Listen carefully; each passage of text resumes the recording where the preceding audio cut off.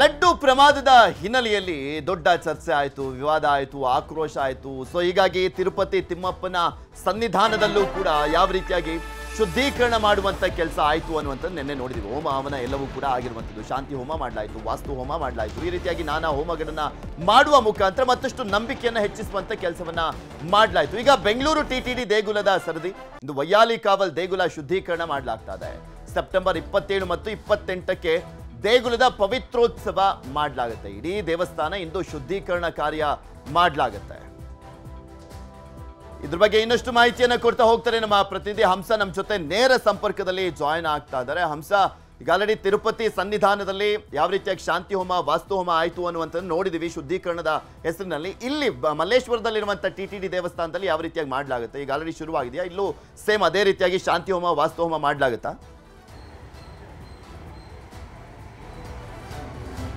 ಹೌದು ಪೃಥ್ವಿ, ಈಗಾಗಲೇ ಏನು ಮುಂಜಾನೆಯಿಂದಲೇ ಬೆಂಗಳೂರಿನಲ್ಲಿರುವಂತಹ ಟಿಟಿಡಿಯಲ್ಲಿ ಸಿಬ್ಬಂದಿ ಹಾಗೂ ಅರ್ಚಕ ವೃಂದದಿಂದ ಒಂದು ಶುದ್ಧಿ ಕಾರ್ಯ ಆರಂಭವಾಗಿರುವಂಥದ್ದು. ಈಗ ನೀವು ಇಲ್ಲಿ ನೋಡ್ತೀರಾ, ಪ್ರತಿದಿನ ಇಲ್ಲಿ ದೇವರ ದರ್ಶನಕ್ಕೆ ಒಂದು ಅನುವನ್ನ ಮಾಡಿಕೊಡಲಾಗ್ತಿತ್ತು. ಆದರೆ ಇವತ್ತು ಯಾರಿಗೂ ಕೂಡ ದೇವರ ದರ್ಶನಕ್ಕೆ ಇಲ್ಲ.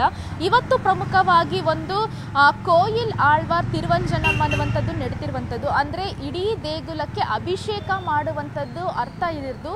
ಸೊ ಹೀಗಾಗಿ ಈ ಒಂದು ಕಾರ್ಯವನ್ನು ಮುಂಜಾನೆಯಿಂದ ಆರಂಭ ಮಾಡಿದ್ದಾರೆ. ಇದೇ 27 ಹಾಗೂ 28ರಂದು ಪವಿತ್ರೋತ್ಸವ ನಡೆಯುತ್ತೆ. ಅಂದರೆ ಇದನ್ನ ಮಾಡುವಂತಹ ಒಂದು ಕಾರಣ ಏನು ಅಂತ ಹೇಳಿದ್ರೆ, ದೇಗುಲದಲ್ಲಿ ಅರ್ಚಕರಿಂದ ಇರಬಹುದು ಅಥವಾ ಬರುವಂತಹ ಭಕ್ತಾದಿಗಳಿಂದ ಇರಬಹುದು ಅಥವಾ ಸಿಬ್ಬಂದಿಯಿಂದನೇ ಇರಬಹುದು, ಯಾವುದಾದ್ರೂ ಒಂದು ಲೋಪದೋಷ ಜರುಗಿದಲ್ಲಿ ಅದನ್ನು ಸರಿಪಡಿಸುವಂತಹ ನಿಟ್ಟಿನಲ್ಲಿ ದೇವರಿಗೆ ಒಂದು ಪವಿತ್ರೋತ್ಸವ ಅನ್ನುವಂಥದ್ದನ್ನ ಮಾಡಲಾಗುತ್ತೆ.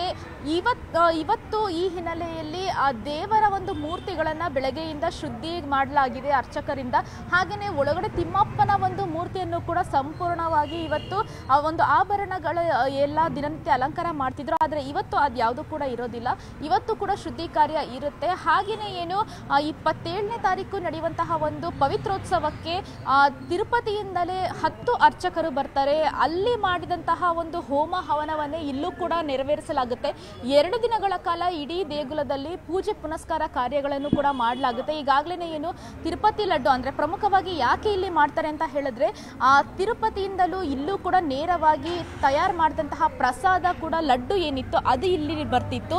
ಸೊ ಹೀಗಾಗಿಯೇ ಇಲ್ಲೂ ಕೂಡ ಒಂದು ಪಾವಿತ್ರ್ಯತೆಗೆ ಧಕ್ಕೆಯುಂಟಾಗಿರುವಂತಹ ಕಾರಣದಿಂದ ಈ ಎಲ್ಲಾ ಒಂದು ಅಂಶಗಳನ್ನ ಒಳಗೊಂಡು ಆ ಒಂದು ಪವಿತ್ರೋತ್ಸವ ಕಾರ್ಯಕ್ಕೆ ಈಗಾಗಲೇ ಎಂದು ಟಿಟಿಡಿ ಆಡಳಿತ ಮಂಡಳಿ ಕೂಡ ಒಂದು ತಯಾರು ಮಾಡಿಕೊಂಡಿರುವಂತದ್ದು. ಪೃಥ್ವಿ, ಓಕೆ, ಧನ್ಯವಾದ ಹಂಸ ನಿಮ್ಮೆಲ್ಲ ಮಾಹಿತಿ. ಕನ್ನಡಿಗರ ನೆಚ್ಚಿನ ನ್ಯೂಸ್ 18 ಕನ್ನಡ ಈಗ ವಾಟ್ಸ್ಆಪ್ನಲ್ಲೂ ಲಭ್ಯ. ಕರ್ನಾಟಕ ದೇಶ ವಿದೇಶಗಳ 360 ಡಿಗ್ರಿ ಸುದ್ದಿಯ ವಿವರಗಳನ್ನ ನಿಮ್ಮ ಕೈ ಬೆರಳುಗಳಲ್ಲೇ ಪಡಿಲಿಕ್ಕೆ ಈ QR ಕೋಡ್ ಅನ್ನ ಸ್ಕ್ಯಾನ್ ಮಾಡಿ, ನಮ್ಮ ಚಾನಲ್ ಫಾಲೋ ಮಾಡಿ, ನೋಟಿಫಿಕೇಶನ್ ಆನ್ ಮಾಡಿ.